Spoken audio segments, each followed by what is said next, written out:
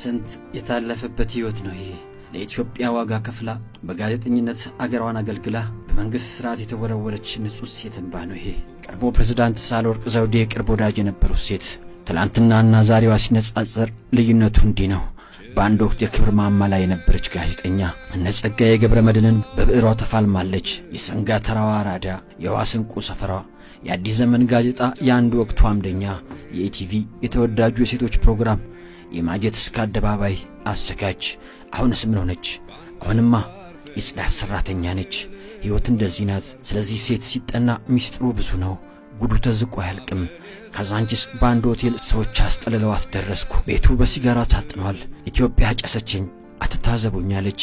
ቃለ ምልልሳችን በየመሃሉ ይቋረጣል። እምባ ላስወራ ይላታል። በምታወራው ታሪክ ከኋላ ያሉት ዳይሬክተርና የካሜራ ባለሙያዎች ከንፈር ሲመጡ ይሰማኛል። ፊቷ ገርጥቷል። በስደት ወደ ሀገረ ካናዳ ነበረች። ፖለቲካም ሳትሞካከር አልቀረችም። የዛሬን ያርገውና የዘመን ራዳ ነበረች። ስሟ ብዙ ወንድም አገኘው። የባለስልጣናት መድኃኒት፣ ካድሬዎች የሚረዱላት ሰላዩዋ ጋዜጠኛ። በ60ዎቹ አውቶግራፍን ያስጀመርኩት እኔ ነበርኩኝ ትላለች።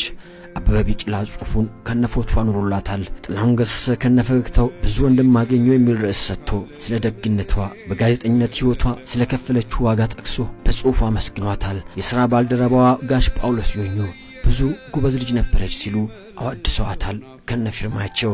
የበዓሉ ግርማ የነስብዓት ወዳጃቸው ዛሬም የበዓሉ ግርማን ግድያ ጨምሮ ከባባድ ሚስጥሮች በእጄ ላይ ያሉ ትላለች። ጸጋዬ ገብረመድህን እንደ ጦር ይፈራት ነበርም አሉ። የጓድ መንግስቱ ወታደሮች ያለችበትን ይሰልላሉ። አስገራሚዋ የምርመራ ጋዜጠኛ ሴተኛ አዳሪ መስላ አጭር ቀሚሷን ለብሳ ሲጋራዋን እያቦነነች ስንቱን ጉድጓድ ገብታ ስንቱን ጓዳድና ስንት ጉድ በጋዜጣ ላይ ጽፋለች። የከርታታዋ ኑሮ ብላ ሕዝቡን አነጋገረች። ምሽት ቤት ሲዝናኑ ሰላዩዋን ጋዜጠኛ ያቺ ብዙን ተጠንቀቁ መባል ተጀመረ። የአዲስ አበባን ምሽት ቤቶች በሚስጥራዊ ስለላ ያሸበረች ብዕረኛ ወታደራዊ መንግስት አልፎ ኢህአዲግ ሲገባ በ1983 ሰላይ ነች ተብላ ትሰደድ ጀመረ።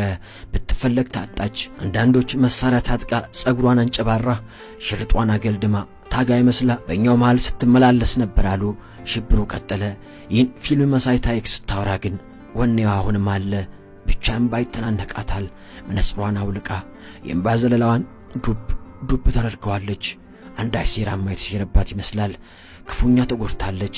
ሴራና ተንኮል፣ ማግኘትና ማጣት፣ መውጣትና መውረድ፣ መሄድና ወዲያ መመለስ ተፈራርቆባታል። የፕሬዝዳንት ሳህለወርቅ የአንድ ወቅት ወዳጅ አንቀጥቅጧ ጋዜጠኛ ዛሬ ጽዳት ቤት ነች። ፕሬዝዳንት ሳህለወርቅ ዘውዴ ያዩት ይሁን ይህን ፕሮግራም አለችኝ። ለእናንተና ማድረስልኝ እንኳን ደስ ያላችሁ፣ ፍላጎታችሁ ተሳካ፣ ይሄው ወድቃላችኋለች በላችሁ አለችኝ በእንባ እየታጠበች። ስሟ ብዙ ወንድም አገኝ ብዙ ወንድም ግን የሌላት የአብራኳ ፍሬ ቤተሰቦቿ በዙሪያ አይደሉ። የቲቪ አባሩኝ የጡረታዬን እንኳን አልከፈለኝም ትላለች።